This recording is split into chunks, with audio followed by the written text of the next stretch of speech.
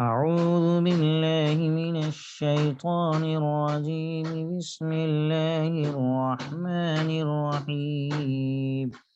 وما جعلنا لبشر من قبلك الخلد أفإن مت فهم الخالدون كل نفس ذائقة الموت ونبلوكم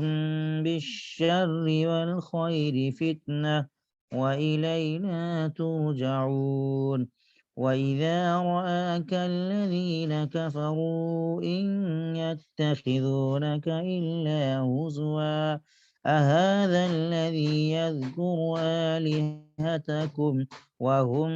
بذكر الرحمن هم كافرون خلق الإنسان من عجل سأريكم آياتي فلا تستعجلون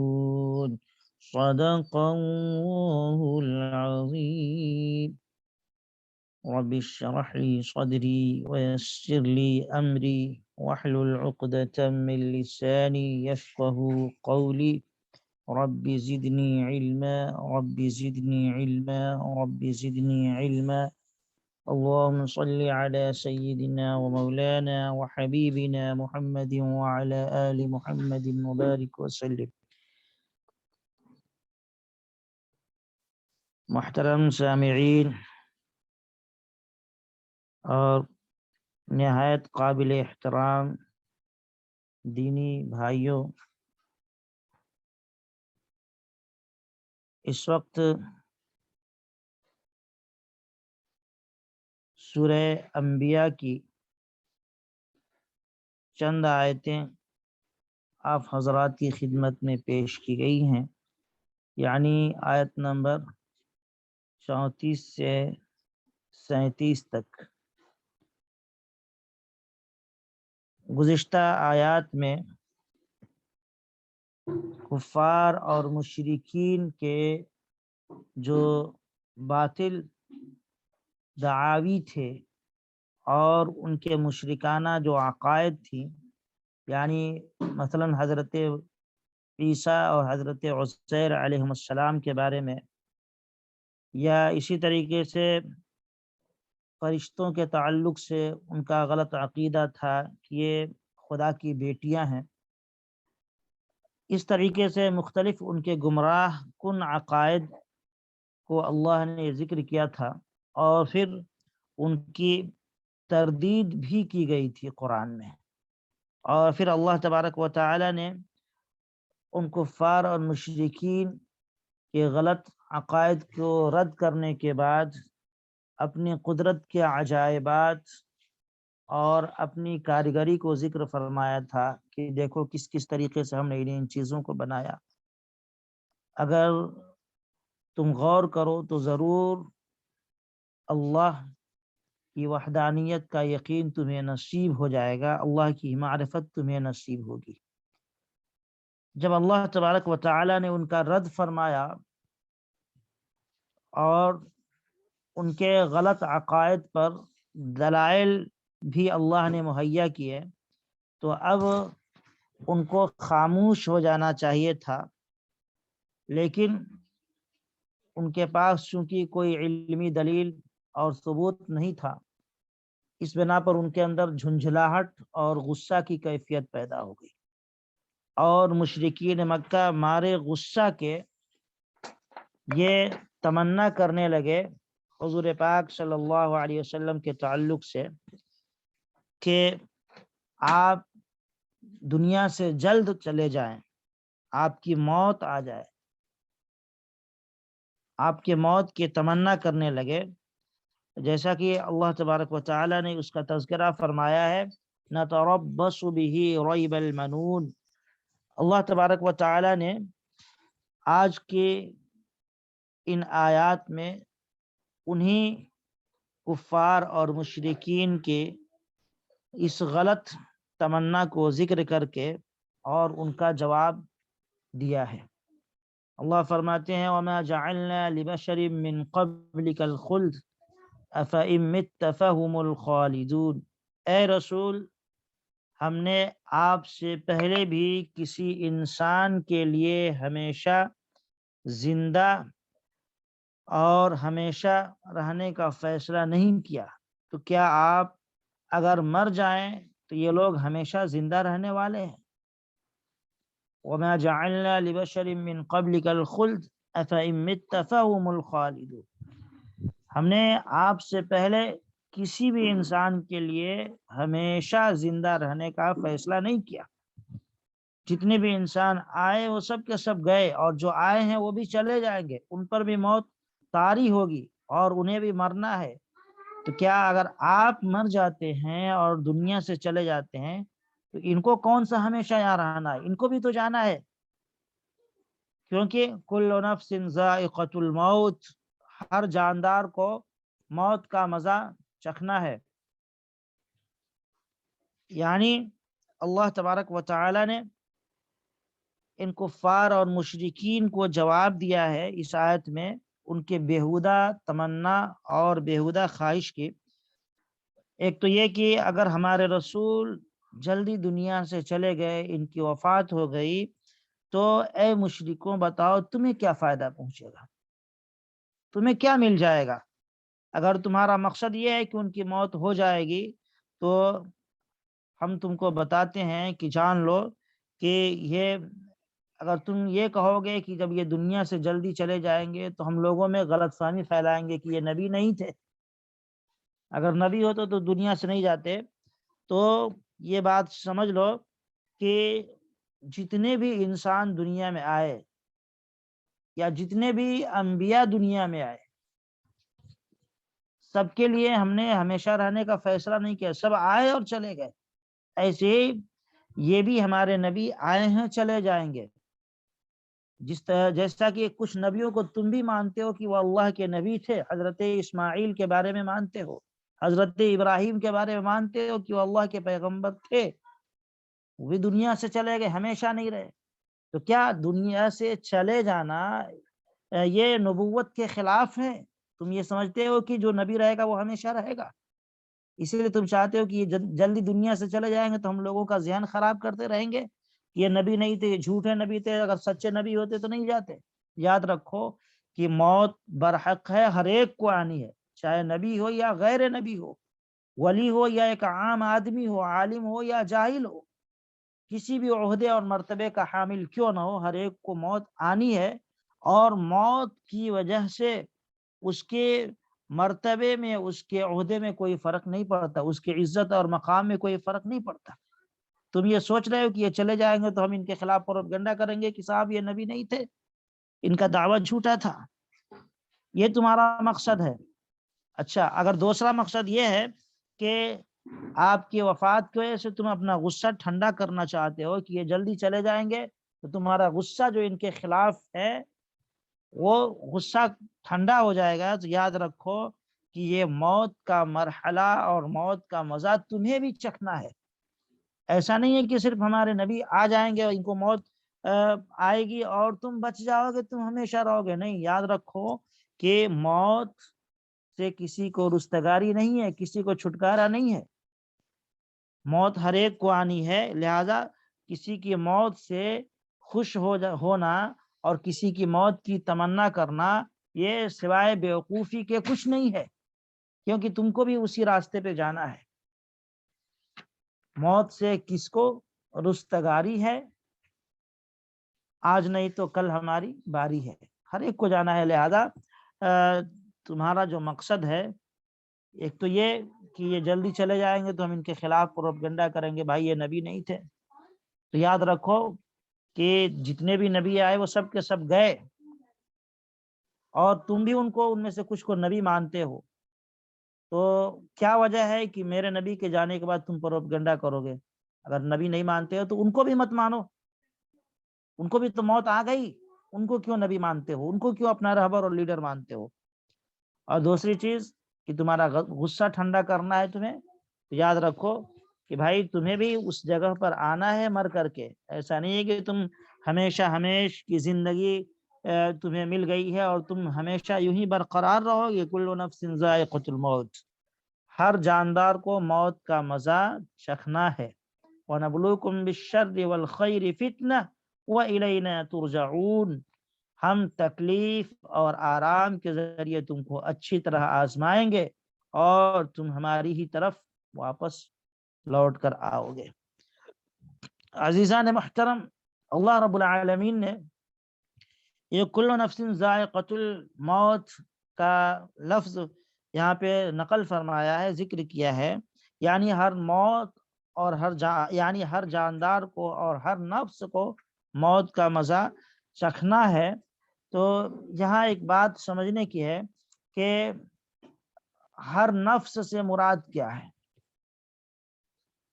ہر نفس، ہر جاندار کو موت کا مزہ چکھنا. ہر کل نفس کا اللہ نے لفظ لگایا، یہاں پہ نفس کا لفظ استعمال فرمایا ہے. مفسرین نے لکھا ہے کہ اس نفس سے مراد نفوس ارضیہ ہیں، یعنی زمینی جو جاندار ہیں ان سب کو موت آنا لازمی ہے. بات سمجھ میں آ گئی؟ زمینی جو جاندار ہیں ان سب کو موت آنا لازمی ہے. رہا مسئلہ نفوس ملائکہ، جو فرشتے ہیں وہ اس میں داخل نہیں ہے. اب اس میں اختلاف ہے علماء کے درمیان کہ قیامت کے دن فرشتوں کو بھی موت آئے گی یا نہیں آئے گی، اس میں اختلاف ہے. بعض حضرات نے فرمایا کہ تھوڑی دیر کے لیے تو سب پر موت طاری ہو جائے گی، کسی کو موت سے چھٹکارا حاصل نہیں ہوگا، ہر ایک پر موت طاری ہوگی، خواہ وہ انسان ہو اور نفوس ارضیہ ہوں، زمین کے جاندار ہوں یا فرشتے ہوں اور آسمانی نفوس ہوں، سب پر موت کا آنا لازمی ہے، خواہ تھوڑی ہی دیر کے لیے کیوں نہ ہو. اور بعض علماء نے فرمایا کہ فرشتے اور جنت کے جو حور اور غلمان ہیں وہ موت سے بری ہیں، ان کو موت نہیں آئے گی. بعض علماء نے یہ لکھا ہے، واللہ عالم، اللہ اس کے بارے میں بہتر جانتے ہیں. روح المعانی میں تو بہرحال یہ تفصیل لکھی ہوئی ہے کہ یہاں جو کل نفسین کا لفظ اللہ نے استعمال فرمایا، ہر جاندار کو موت آنی ہے، تو یہاں نفس سے مراد نفس ارضی ہے، یعنی زمینی جو جاندار ہیں یہ ہے. آسمانی نفوس مراد نہیں ہے، فرشتے وغیرہ اس میں داخل نہیں ہے، ان کو موت شاید نہ آئے. اب حقیقت کیا ہے اللہ کو معلوم ہے. بعض حضرات نے اور موت کی حقیقت کے بارے میں تھوڑی سی تفصیل ہے، وہ یہ ہے جمہور علماء کے نزدیک روح کا جسم سے نکل جانا اس کو کہتے ہیں موت. اور آپ جانتے ہیں کہ روح خود ایک نورانی جسم لطیف ہے، جس میں جان بھی ہے اور وہ متحرک بھی ہے، جو انسان کے پورے بدن میں اس طرح سمایا ہوا رہتا ہے جیسے عرق گلاب، عرق گلاب اس کے پھول میں، جیسے گلاب کے کا پھول جو ہوتا ہے اس میں جو اس کا عرق ہوتا ہے نچوڑیں گے تو اس میں سے نکل جائے گا، قطرہ قطرہ بن کر کے اس کا پانی نکل جائے گا. ایسے ہی روح ایک نورانی جسم ہے جو انسان کے اس جسم خاکی میں، مٹی والے جسم میں سمایا ہوا ہے. اور علامہ ابن قیم رحمۃ اللہ علیہ نے روح کی حقیقت بیان کر کے اس کے 100 دلائل بیان کیے ہیں کہ روح یہ ایک حقیقی چیز ہے، انسان کے پورے جسم میں وہ روح سمایا ہوا ہے، انسان کا کوئی عضو اس سے الگ نہیں ہے. یہی وجہ ہے کہ جب روح نکل رہا ہوتا ہے تو روح جب انسان کے جسم سے نکلتی ہے تو انسان کو تکلیف کا احساس ہوتا ہے، کیونکہ ایک ایک عضو میں روح سمایا ہوا ہے، پورے بدن میں سمایا ہوا ہے. بہرحال اللہ تبارک و تعالی نے ذائقۃ الموت سے اشارہ اس بات کی طرف کر دیا ہے کہ ہر نفس موت کی خاص تکلیف محسوس کرے گا، کیونکہ مزہ چکھنے کا جو محاورہ یہاں پہ اللہ نے استعمال فرمایا ہے وہ ایسی موقع میں استعمال کیا جاتا ہے. اور ظاہر سی بات ہے، میں نے جیسا کہ بتایا کہ روح کا جسم سے بہت گہرا تعلق ہے، بہت مضبوط تعلق ہے، اور اس کے نکلنے کے وقت تکلیف کا احساس ہونا یہ بھی ایک فطری چیز ہے۔ یہ الگ مسئلہ ہے کہ بعض اللہ کے خاص اور مخصوص بندوں کے ساتھ معاملہ الگ ہوتا ہے کہ ان کو موت سے لذت اور راحت حاصل ہوتی ہے، کیونکہ دنیا کی تنگیوں سے انہیں نجات مل رہی ہوتی ہے، اور ان کے جو محبوب ہیں اللہ رب العالمین ان سے ملاقات کا وقت آ جاتا ہے، تو ایک طرح سے ان کو لذت محسوس ہوتی ہے کہ اب ہم اپنے رب سے ملاقات کرنے والے ہوتے ہیں۔ تو وہ چھوٹی سی جو تکلیف ہوتی ہے اس تکلیف کو وہ جھیل جاتے ہیں، اور اس کو خوشی خوشی اس وقت وہ خوشی محسوس کرتے ہیں کہ چلو اب اس کے بعد تو ہم اپنے خالق اور محبوب سے ملنے والے ہیں۔ تو یہ الگ مسئلہ ہے، لیکن عموماً چونکہ روح کا جسم سے اور بدن سے تعلق بڑا گہرا اور مضبوط ہوتا ہے، رشتہ بہت مضبوط ہوتا ہے، تو جب روح نکلتی ہے تو انسان کو لازماً تکلیف کا احساس ہوتا ہے۔ اللہ تبارک و تعالیٰ فرماتے ہیں وَنَبْلُوكُمْ بِالشَّرِّ وَالْخَيْرِ فِتْنَةً، ہم تم کو تکلیف اور آرام کے ذریعے اور ہر شر اور خیر کے ذریعے تمہاری آزمائش کریں گے۔ یعنی اللہ رب العالمین انسانوں کو آزمائیں گے، کس سے؟ شر سے بھی، برائی سے بھی، اور خیر سے بھی۔ شر یعنی برائی کا مطلب بیماری ہے، جیسے رنج ہے، غم ہے، تکلیف ہے، آفات اور بلیات ہیں، فقر و فاقہ ہے، اور اسی طریقے سے دوسری بہت ساری پریشانیاں ہیں۔ اللہ فرماتے ہیں کہ ہم شر کے ذریعے یعنی تمام طرح کی تکلیفوں، جسمانی ہو، روحانی ہو، یا اسی طریقے سے رزق کے مسائل ہوں، کاروبار کے مسائل ہوں، ان تمام کے ذریعے تم کو آزمائیں گے، اور خیر کے ذریعے بھی ہم تمہاری آزمائش کریں گے۔ یعنی خیر سے مراد ہر وہ چیز جو انسان کو پسند ہو، جیسے صحت ہے، عافیت ہے، خوشی ہے اور راحت ہے، اسی طریقے سے مال اور دولت کی فراوانی ہے، عہدہ اور حکومت ہے، آل و اولاد ہے۔ یہ دونوں طرح کی چیزیں انسانوں کی آزمائش کا ذریعہ ہے۔ اللہ تبارک و تعالیٰ فرماتے ہیں کہ ہم دونوں طرح کی چیزیں اس دنیا میں انسان کی آزمائش کے لیے ہم نے بنائی ہیں، اور ان دونوں کے ذریعے ہم آزمائیں گے۔ شر یعنی برائی کے ذریعے آزمانے کا مطلب یہ ہے کہ انسان صبر کر کے اس کا حق ادا کرے۔ اگر پریشانیاں آ جائیں، غم لاحق ہوں، تو انسان ان پر صبر کرے، اور خیر اور بھلائی کی چیزوں پر وہ اللہ کا شکر ادا کرے۔ یہ ہے صبر کرنا، اور یہ ہے آزمانا۔ آزمائش یہ ہے کہ انسان، اللہ دیکھتا ہے کہ کون اس برائی اور پریشانی کے عالم میں ثابت قدم رہتا ہے، اپنے خالق اور مالک کو یاد رکھتا ہے، اور کون ہے جو مال اور عیش و آرام کے اسباب میں پڑ کر کے خالق اور مالک کو بھول جاتا ہے۔ تو بزرگوں نے ایک فرمایا ہے کہ مصیبتوں پر صبر کرنا یہ آسان ہے اس کے مقابلے میں جبکہ انسان کو عیش و آرام کی چیز مل جائے اور اس پر انسان شکر ادا نہ کرے۔ تو بہرحال انسان کو مصیبتوں پر صبر کرنا یہ اتنا مشکل نہیں ہوتا جتنا عیش و آرام اور راحت کے دنوں میں شکر ادا کرنا مشکل ہوتا ہے۔ اسی بنا پر حضرت فاروق اعظم رضی اللہ تعالیٰ عنہ نے فرمایا ہے کہ بلینا بالضراء، یعنی ہم تکلیفوں میں مبتلا کیے گئے، اس پر تو ہم نے صبر کر لیا، لیکن جب راحت اور عیش و آرام میں مبتلا کیے گئے تو اس پر صبر نہ کر سکے، یعنی اس کے حقوق ادا کرنے پر ثابت قدم نہیں رہ سکے۔ تو اکثر ایسا ہوتا ہے کہ انسان مصیبتوں کو تو جھیل جاتا ہے، اس پر اللہ کی طرف سے اس کو سمجھتے ہوئے صبر کر لیتا ہے کہ چلو یہ تھوڑے دن کی پریشانیاں یہ ختم ہو جائیں گی، لیکن جب اللہ کی طرف سے عیش، آرام اور راحت کے اسباب کے دروازے کھول دیے جاتے ہیں، مال اور رزق کی فراوانی جب ہونے لگتی ہے، تو اس پر بندہ ثابت قدم نہیں رہ پاتا ہے، یعنی اللہ کا حق ادا کرنے سے وہ قاصر ہو جاتا ہے، شکر ادا نہیں کر پاتا، جبکہ اس کو شکر ادا کرنا چاہیے۔ ہر انسان اس کو سمجھ سکتا ہے، بہت آسان ہے۔ وہ یہ ہے کہ ہم خود اپنا جائزہ لیں کہ جب مصیبتیں آتی ہیں، انسان کسی بیماری میں مبتلا ہو جاتا ہے یا کسی پریشانی سے دوچار ہوتا ہے، تو وہ صبر کر لیتا ہے اور یہ سوچتا ہے کہ چند روزہ مصیبت ہے، پھر یہ تو ختم ہونے والی ہے، چلو اللہ سے دعا بھی کرتا ہے، اور مصیبت کے ایام میں تو پہلے کے مقابلے میں زیادہ اللہ کی طرف متوجہ ہوتا ہے، گڑ گڑاتا ہے، روتا ہے، دھوتا ہے، اور اللہ سے ہر وقت دعا کرتے رہتا ہے کہ اللہ اس مصیبت کو، اس پریشانی کو دور فرما دیجیے۔ تو یہ صبر کا ایک طریقہ ہے۔ لیکن جیسے ہی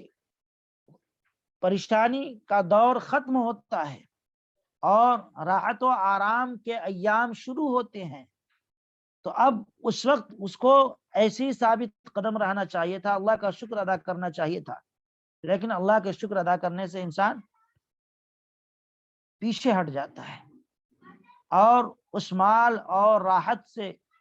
اس قدر اس میں مشغول ہو جاتا ہے کہ اللہ کو بھول جاتا ہے، اور پریشانی کے جو زمانے تھے، پریشانی کا جو دور تھا، اس کو بھلا دیتا ہے، اور مال کے اور اسباب کے اندر پھنس کر کے اس قدر غرور اور تکبر میں مبتلا ہوتا ہے کہ اس کے سامنے اگر کوئی غریب آتا ہے تو اس کو اپنی نگاہوں سے دور کر دیتا ہے۔ یہ ہے انسان کی ایک کمزوری کہ مصیبتوں میں، اسی لیے بزرگوں نے فرمایا، اور خصوصا حضرت فاروق اعظم نے فرمایا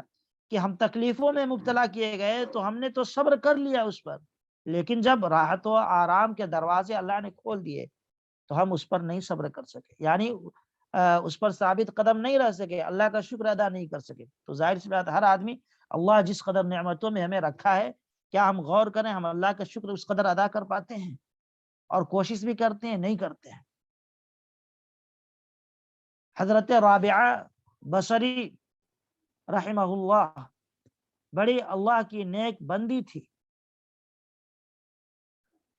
ان کے واقعات کتابوں میں ملتے ہیں۔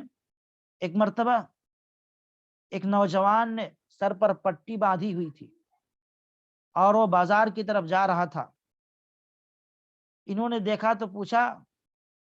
بیٹے کیا ہے یہ؟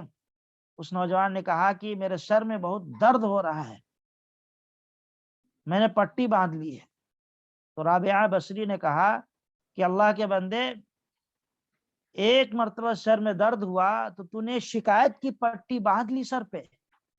اور اب تک عیش و آرام میں تھا تو کبھی اللہ کا شکر ادا نہیں کیا۔ ظاہر سی بات ہے کہ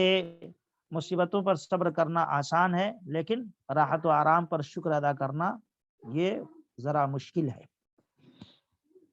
ہر انسان کو اس تعلق سے سوچنا چاہیے، غور و فکر کرنا چاہیے۔ اللہ فرماتے ہیں وَإِذَا رَآكَ الَّذِينَ كَفَرُوا إِن يَتَّخِذُونَكَ إِلَّا هُزُوًا، اور جب کفر کرنے والے آپ کو دیکھتے ہیں تو ان کا صرف یہی کام ہوتا ہے کہ آپ کی ہنسی اڑائے، آپ کا مذاق اڑائے۔ چنانچہ وہ کہتے ہیں أَهَذَا الَّذِي يَذْكُرُ آلِهَتَكُمْ، کیا یہی وہ شخص ہے جو تمہارے معبودوں کا برائی کے ساتھ ذکر کرتا ہے؟ وَهُمْ بِذِكْرِ الرَّحْمَنِ هُمْ كَافِرُونَ، حالانکہ یہ خود بے حد رحم کرنے والے خدا کا ذکر کرنے سے انکار کرتے رہتے ہیں۔ یعنی آپ جو بتوں کے معبود ہونے کا انکار کرتے ہیں اور ان کی تردید کرتے ہیں اور لوگوں کو خبردار کرتے ہیں کہ یہ بت بغیر ان کے پاس نہ تو نفع کی طاقت ہے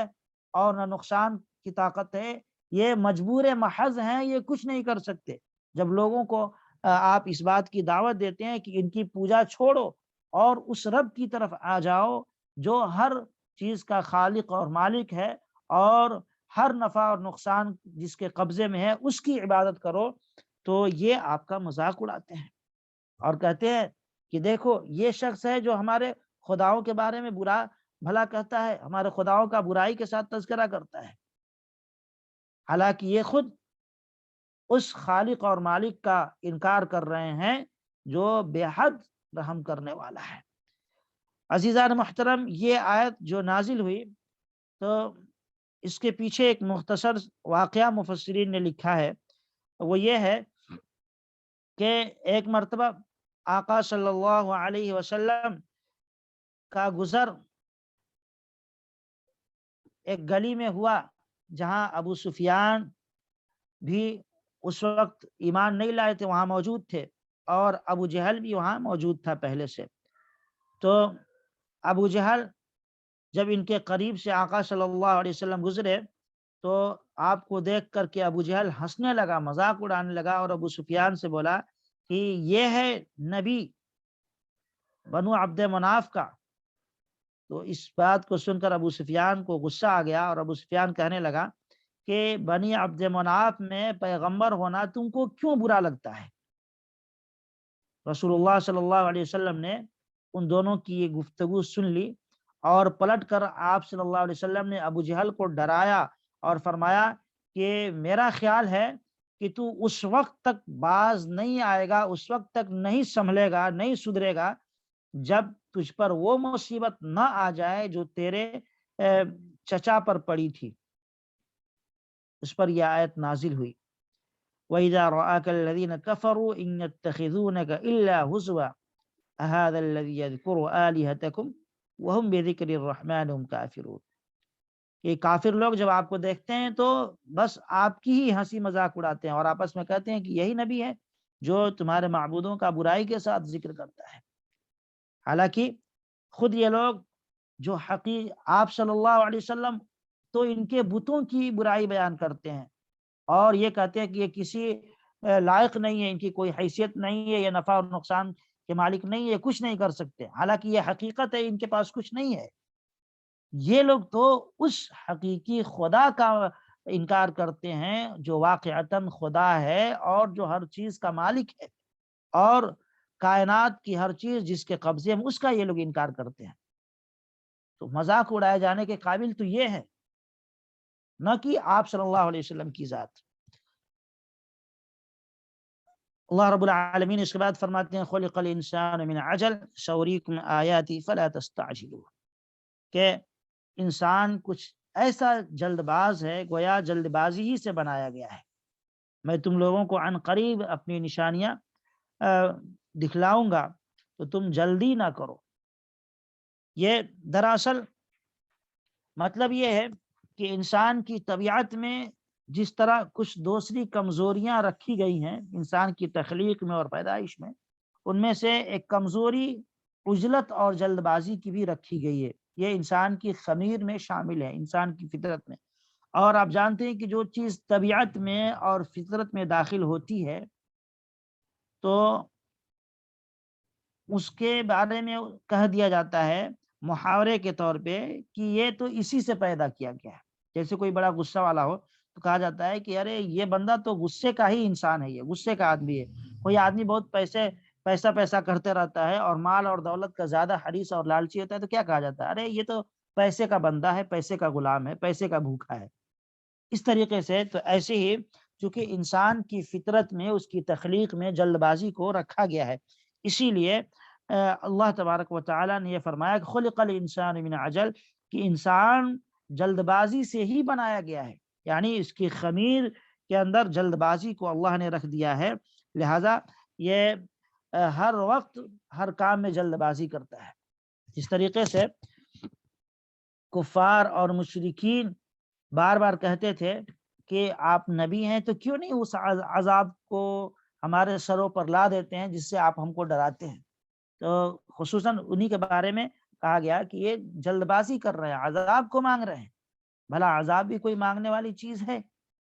کوئی عقل مند انسان مصیبت کو طلب کرتا ہے؟ اس سے ڈرایا گیا ہے ان کو۔ اللہ تبارک و تعالی نے ان کی اس کمزوری کو، اور خصوصاً تمام انسانوں کے اندر جو یہ کمزوری ہے جلد بازی کی، اس کو ذکر فرمایا ہے۔ اب آپ کے ذہن میں ایک سوال آ سکتا ہے کہ اللہ نے قرآن میں تو کئی جگہ فرمایا وَسَارِعُوا إِلَىٰ مَغْفِرَةٍ مِّن رَبِّكُمْ،